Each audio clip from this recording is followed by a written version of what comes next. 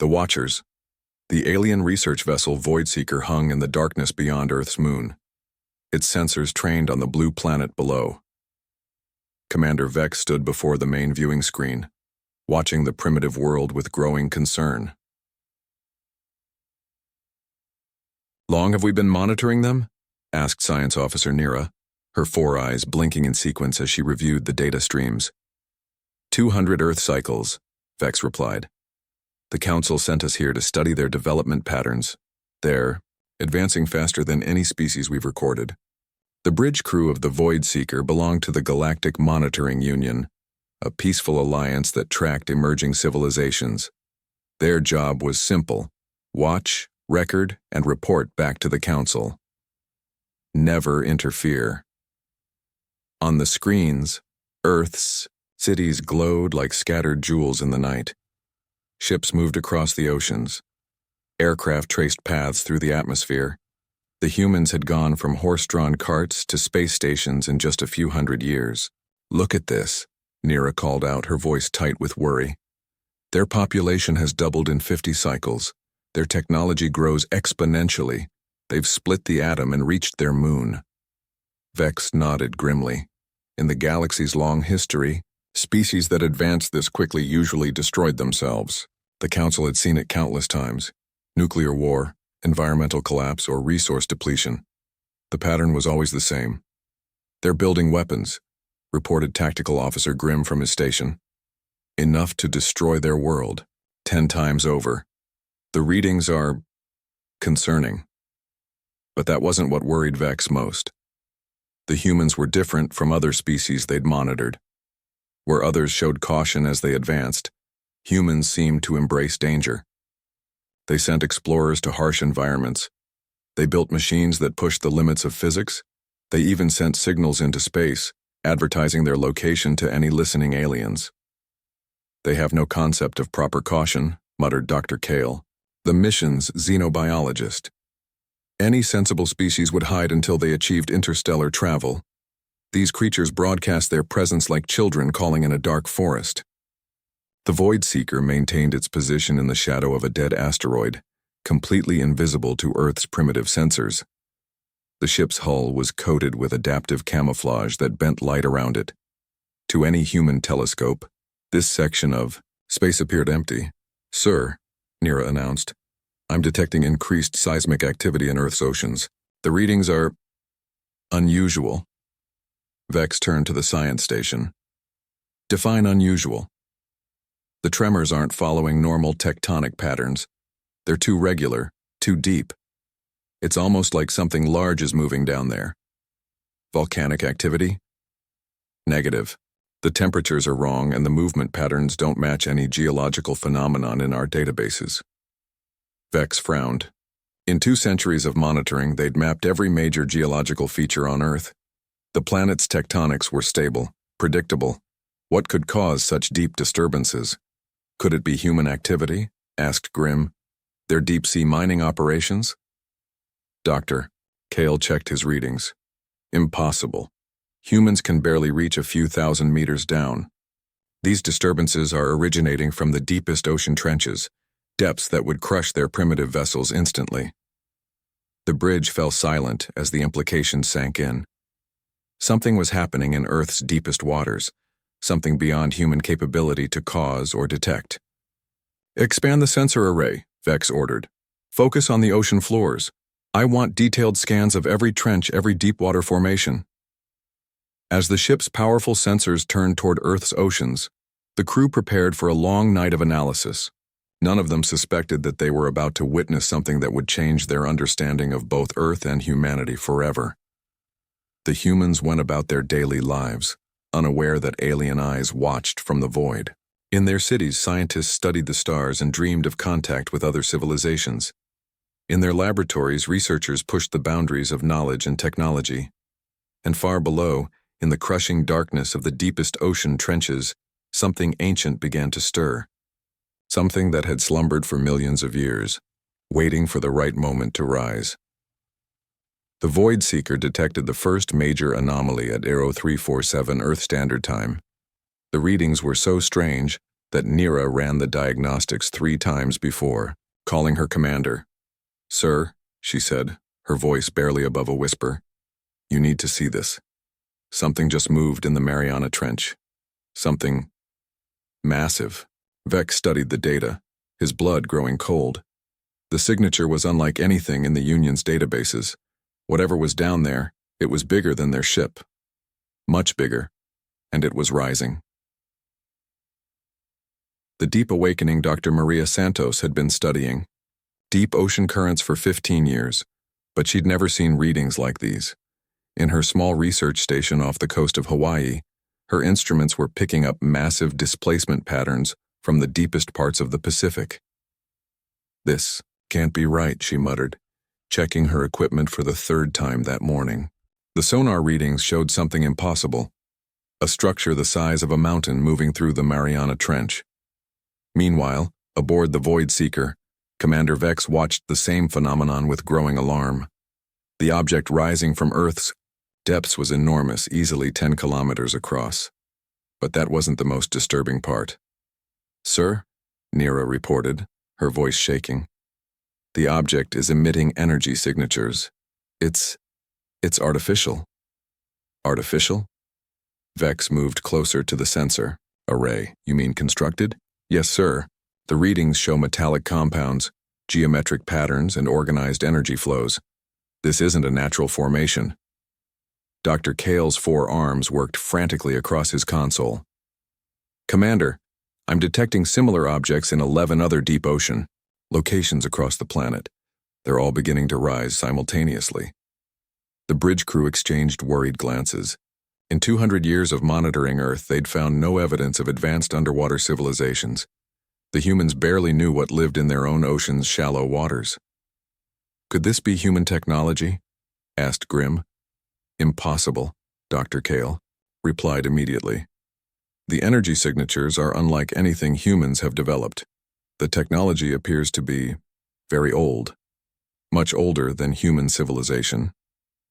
On Earth, the first signs of something extraordinary began to surface. Fishing. Boats reported strange lights in the deep water. Underwater cables went silent. Whales and dolphins fled from areas they'd inhabited for generations. Captain Jim Blake commanded a deep-sea research vessel called the Pacific Explorer. His team was investigating unusual water temperature changes when their sonar operator made a discovery that would change everything. "Captain," the young technician called out, "you need to see this. There's something down there, something huge." Blake studied the sonar display, his weathered face growing pale. The object was rising toward them at an impossible speed. "All hands prepare for emergency surface." But it was too late. The water around the Pacific Explorer began to glow with an eerie blue light. The ocean itself seemed to part as something massive breached the surface. Captain Blake and his crew found themselves staring at a structure that defied comprehension. It was a city. An entire underwater city rising from the depths like a metallic mountain. Towers and spires twisted upward, covered in materials that seemed to shift and flow like liquid metal. Strange symbols pulsed with bioluminescent light across its surface. "My God," whispered Blake. "How long has this been down there?" Aboard the Void Seeker, the alien crew watched in stunned silence as 12 enormous structures emerged from Earth's oceans around the globe. Each one was unique in design but clearly built by the same advanced civilization. "Commander," Nira reported, "I'm detecting life signs within the structures. Thousands of them. They're waking up." "Waking up?" Vex's voice was barely a whisper. "The bio-reading suggests these beings have been in some form of suspended animation. The emergence seems to have triggered a revival process." Dr. Kale's analysis confirmed their worst fears. "Sir, the technology these structures display is far beyond current human capability. It's even beyond most species in the Union. Whoever built these cities has been sleeping beneath Earth's oceans for millions of years." As the ancient cities fully emerged, they began to activate systems that had slumbered since before humans walked upright. Energy fields flickered to life. Massive doors began to open, and from within came beings that had watched the birth and death of countless species. The humans on Earth reacted with typical human unpredictability. Instead of panic, many showed curiosity. Instead of hiding, they moved closer. Ships began converging on the emergent sites. Aircraft circled the mysterious cities. Scientists grabbed their equipment and rushed toward the greatest discovery in human history. "They're not running," observed Grimm with surprise. "Any other species would flee or attack. The humans are investigating." Commander Vex watched the humans' response with growing respect. These creatures faced the unknown with courage that most galactic species lacked. While the Union's protocols demanded caution and careful study, humans simply charged forward into mystery. "Sir," Nira announced urgently, "the ancient structures are beginning to communicate. They're sending signals. To us." Vex felt his heart skip a beat. "To us specifically?" "Yes, sir. They know we're here. They know we've been watching. And they want to talk." First contact. The message came through in perfect universal standard, the common language used throughout the Galactic Union. Commander Vex stared at the translation in disbelief. "Greetings, watchers from beyond. We are the Ancients. We have been aware of your presence for some time. It is time we spoke." Dr. Kale's hands trembled as he processed the implications. "Sir, they're using our language. They know our communication protocols. How is that possible?" Before Vex could respond, another message appeared on their screens. This time it included detailed schematics of the Void Seeker itself, blueprints that should have been impossible for anyone to obtain. "We know your ship, your mission, and your people. We have been listening to your transmissions for 2 centuries. We mean no harm to the Galactic Union." Vex made a decision that would change everything. "Open a communication channel." The main screen flickered and cleared, revealing a being unlike anything in the Union's databases. It was tall and graceful, with features that seemed to shift between solid and liquid. Its eyes held the weight of eons. "I am Keeper Tal," the ancient said, its voice carrying harmonics that spoke directly to the mind. "I welcome you properly, to Earth, though you have been our guest for quite some time." "How long have you known we were here?" Vex asked. "Since the day you arrived. Your hiding technology is impressive by current galactic standards, but we helped design the principles your science is based upon." The bridge crew exchanged startled looks. The Union's technology came from thousands of years of accumulated knowledge from dozens of species. How could these beings have influenced it? "We are the first," Keeper Tal explained, reading their confusion. "Before your Union existed, before most of your worlds knew fire, we traveled between the stars. We seeded knowledge, guided development, and watched civilizations grow. On Earth's surface, humanity was experiencing its own first contact. The ancient cities had lowered platforms into the ocean, and human vessels were cautiously approaching. Unlike the sterile communication happening in space, the human encounter was chaotic, emotional, and utterly unpredictable. Captain Blake found himself face to face with an ancient on the deck of his research vessel. The being had simply materialized, there causing half his crew to scramble for weapons and the other half to grab cameras. "Please," the ancient said in perfect English, "there is no need for fear or violence. We come in peace, as your people say." "Who are you?" Blake demanded, though his scientific curiosity was overriding his caution. "How long have you been down there?" "We are Earth's first children," the ancient replied. "We arose in the oceans, when your continents were still forming. We built our civilization in the deep waters and watched as life flourished above us." Dr. Santos, monitoring from her research station, could barely contain her excitement. "This changes everything we know about evolution, about the history of life on Earth." The ancient smiled, an expression that somehow translated across species barriers. "Dr. Santos, your enthusiasm reminds us why we chose to reveal ourselves now." Back aboard the Void Seeker, Keeper Tal was explaining the truth that would shake the foundations of galactic understanding. "We did not disappear," Tal said. "We went into the deep sleep to allow younger species to develop without our influence.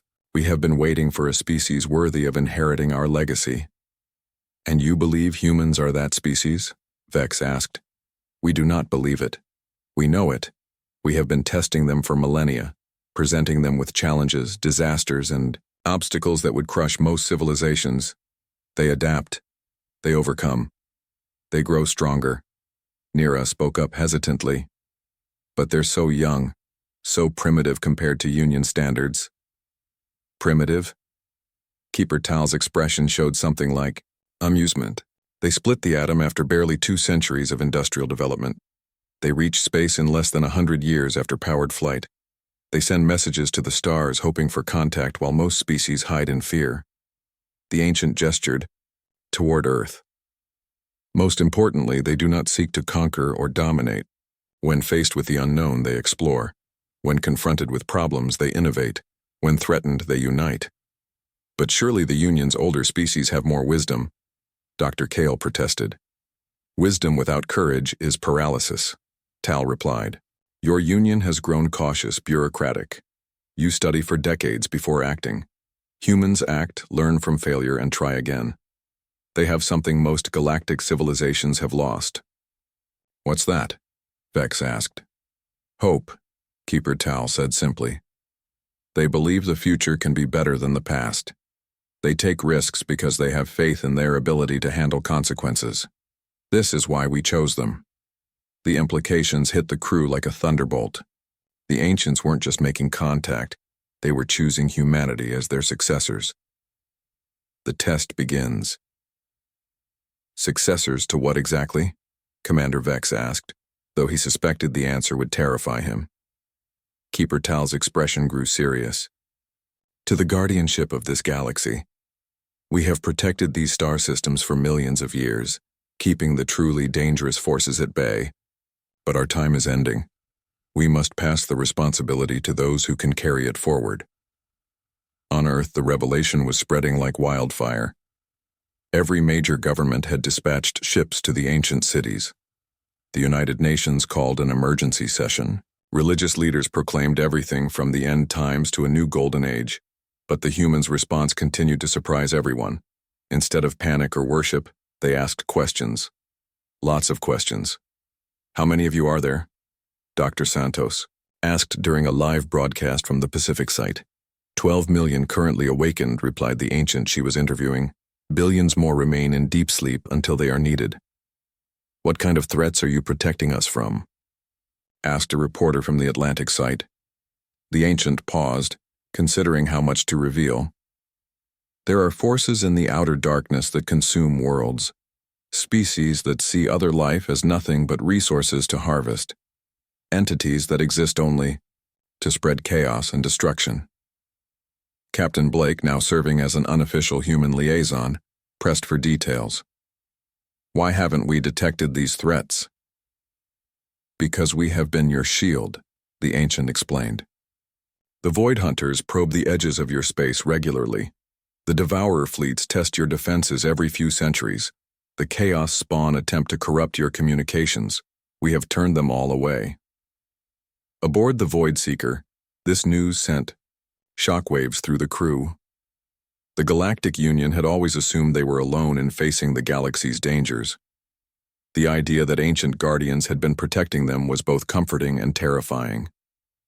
If you've been protecting the entire galaxy, Nira asked, why choose humans specifically? Why not work with the Union? Keeper Tal's response was blunt. Because the Union has grown weak. When faced with threats, you form committees. You debate. You seek consensus among thousands of worlds. By the time you act, civilizations are already dead. That's not fair, protested Dr. Kale. We maintain peace among hundreds of species. Peace, yes, but at what cost? You've created a society so focused on avoiding conflict that you cannot respond to genuine threats. When the Void Hunters last tested your borders, what did the Union do? Vex remembered the incident. Mysterious ships had appeared at the galaxy's edge, probed several systems, then vanished. The Union had spent 3 years in committee discussions about how to respond. By then, the trail was cold. You talked, Tal continued, for years, while we quietly dealt with the threat. On Earth, humanity was facing its first real test. The ancients had revealed that a Void Hunter scout ship was approaching the solar system, a test to see how humans would respond to a genuine threat. "It will arrive in 72 hours, announced the ancient at the European site. "We will not intervene. This is your trial." The human response was immediate and chaotic. Every nation began preparing their military forces. Scientists worked frantically to understand the alien technology they'd just discovered. Engineers started reverse engineering ancient systems with breathtaking speed. But it was the coordination that impressed the watchers most. Without a central government or unified command structure, humans began working together with an efficiency that shocked the Void Seeker crew. "Look at this," Grimm reported, monitoring Earth's communications. "They're sharing technology freely, military secrets, scientific discoveries, manufacturing techniques. Everything is being distributed to whoever can use it most effectively." "That's impossible," Dr. Kale said. "Species don't share strategic advantages during crisis situations." "Humans do," observed Keeper Tal, who had maintained the communication link. "They understand that individual survival depends on collective success. Watch what happens next." Within 30 hours, human engineers had combined ancient technology with their own innovations to create weapons systems that impressed even the ancients. More importantly, they'd done it through cooperation rather than competition. "Sir," Nira reported, "I'm detecting massive energy buildups across Earth. They're constructing some kind of planetary defense grid." The ancients watched approvingly as humans turned their planet into a fortress, but they weren't just copying ancient technology. They were improving it, combining it with human innovations to create hybrid systems no one had seen before. "Fascinating," Keeper Tal murmured. "In 30 hours, they've accomplished what most species take decades to achieve." Commander Vex found himself grudgingly impressed. "They're adapting faster than our computer models predicted possible. This is why we chose them," Tal replied. "When faced with extinction, most species either panic or surrender. Humans innovate. They find solutions that shouldn't exist." The Void Hunter ship dropped out of hyperspace at the edge of the solar system, its dark hull bristling with weapons designed to harvest entire worlds. Its crew expected to find another primitive civilization, ripe for destruction. Instead, they found Earth waiting for them, armed and ready for war. Humanity rises. The Void Hunter ship was a nightmare of dark metal and twisted geometry, designed to inspire terror in its victims. For millions of years, it had swept through star systems, harvesting entire worlds with ruthless efficiency. Its crew had never encountered serious resistance. They were about to learn what happens when you threaten humanity's home. "Unknown. Fessel," came the transmission from Earth, broadcast on all frequencies. "You have entered the Sol system without permission. State your intentions or prepare to be destroyed." Aboard the Void Seeker, Commander Vex watched in amazement. They're demanding surrender from a ship that could level continents. The Void Hunter response was predictable, a lance of dark energy that could crack a moon. It struck Earth's hastily constructed orbital defense platforms and scattered harmlessly across adaptive shielding that shifted and flowed like liquid light. "Impossible," breathed Dr. Kale. "Those shields are using ancient technology, but the adaptation protocols are purely human innovation." Captain Blake coordinated the defense from the Pacific ancient city, surrounded by beings who had fought cosmic horrors for eons. But the ancients were observers now. This was humanity's test. "All stations report ready," came voices from around the globe. Russian scientists manning converted space stations, Japanese engineers operating fusion-powered railguns, American pilots and fighters equipped with ancient power cores, European defense platforms armed with weapons that bent space itself. The Void Hunter ship pressed its attack, unleashing weapons that had destroyed 1,000 civilizations. Gravity, bombs that could collapse star systems, viral programs that corrupted the minds of entire species, reality-warping devices that turned matter into chaos. Humanity's response was unlike anything the galaxy had ever seen. Instead of meeting force with force, human engineers had studied the ancient archives and found weaknesses in Void Hunter technology. They use the enemy's own weapons against them, turning gravity bombs into shield generators and viral programs into tactical advantages. They're not just fighting, Keeper Tal observed with something like pride. They're learning. Every attack teaches them something new about their enemy. Dr. Santos, now serving as Earth's chief science coordinator, had teams analyzing every energy signature, every weapon discharge, every tactical move. Within minutes of each attack, human forces adapted their defenses and improved their countermeasures. Target their power core, she directed from her command center. The ancient archives show a structural weakness in their energy distribution network. Human fighters swarmed the massive Void Hunter ship like angry wasps. But these weren't ordinary spacecraft. Human engineers had combined ancient anti-grav technology with human ingenuity to create fighters that could phase through solid matter, weapons that fired concentrated starlight, and pilots who could think at superhuman speeds thanks to ancient neural interfaces. The Void Hunter crew began to panic. In millions of years of conquest, they had never faced an enemy that adapted this quickly. Their weapons became useless within hours. Their tactics were countered almost before they could implement them. "Sir," reported Nira from the Void Seeker, "the Void Hunter ship is attempting to retreat." "They can't," Grim added grimly. "The humans have surrounded them with some kind of spatial lock. The enemy's ship cannot enter hyperspace." Commander Vex watched in stunned silence as humanity demonstrated why the ancients had chosen them. They weren't just defending their world. They were systematically dismantling an enemy that had terrorized the galaxy for eons. The final blow came from an unexpected source.